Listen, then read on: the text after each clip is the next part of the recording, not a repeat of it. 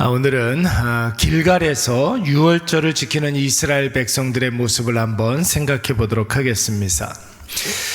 심상치 않은 분위기가 느껴지던 그날 밤에 갑자기 동네 여기저기에서 울음소리가 들려오기 시작했습니다.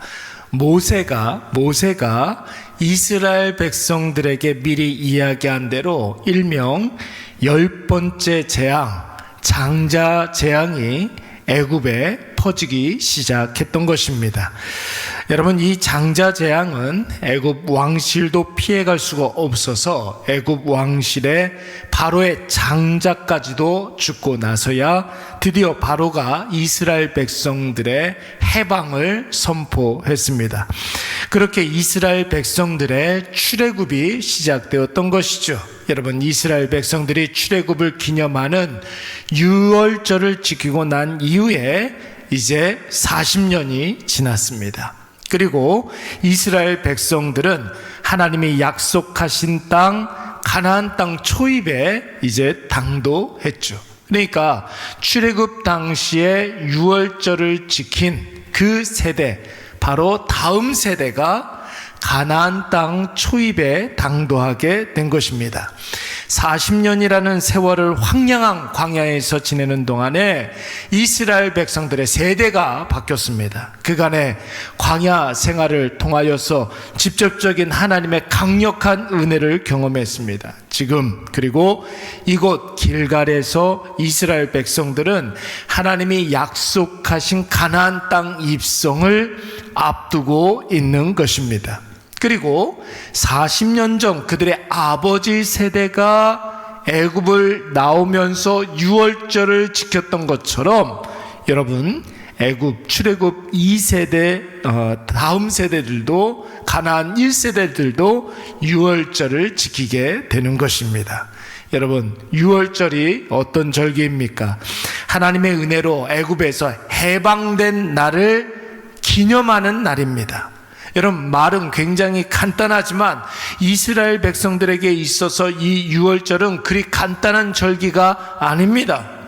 이스라엘이 노예에서 벗어난 해방의 날이라고 할 수가 있는 것이고, 뿐만 아니라 그들의 역사의 시작점이라고 할 수가 있는 것이죠. 구속사적인 측면에서 봤을 때 하나님께서 죄에 빠진 영혼들을 구원하신다는 그 계획이 드디어 실행되는 절기가 바로 이 유월절 절기입니다. 그러니까 여러분, 유월절이 이스라엘 백성들에게 중요하다, 여러분 그냥 이렇게 이야기할 수가 없는 거예요.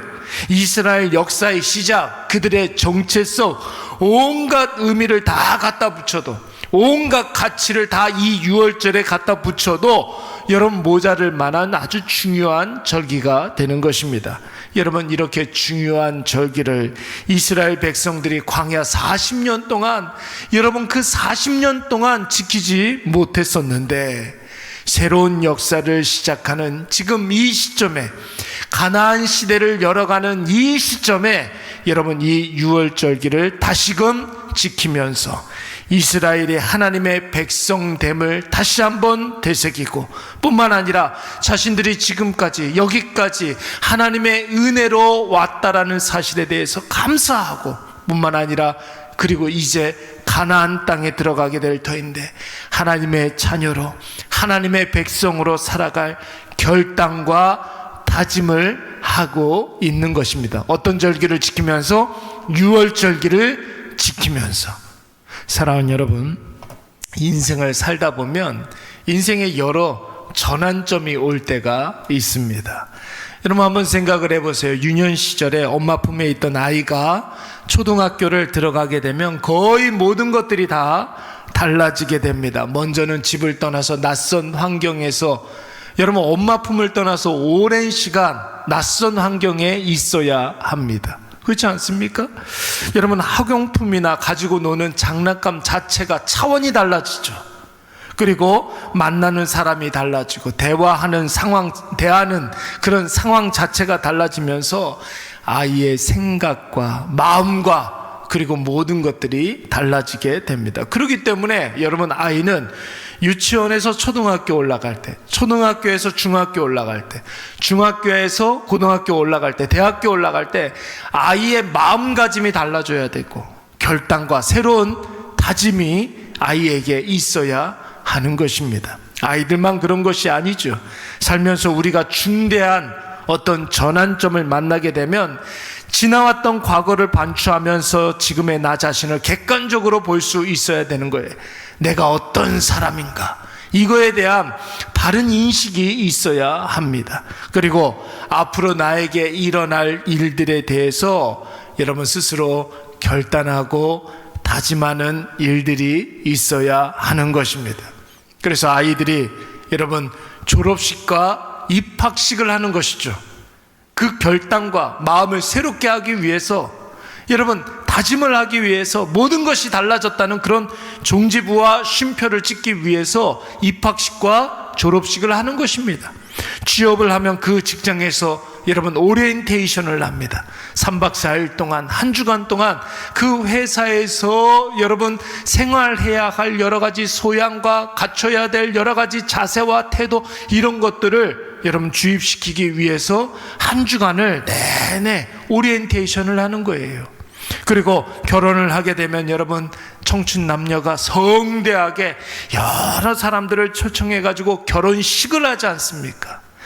그러한 일들을 통해서 지난 시간들을 뒤돌아보면서 앞으로 되어질 일들에 대해서 결단도 하고 각오도 하고 그리고 다짐과 서약을 하는 것입니다. 여러분 가끔 가다가 신앙생활을 쉬고 있는 분들이 다시 교회로 돌아오는 것이, 다시 신앙생활을 시작하는 것이 너무나 어렵게 느껴진다는 그런 말씀을 하시는 분들이 있어요.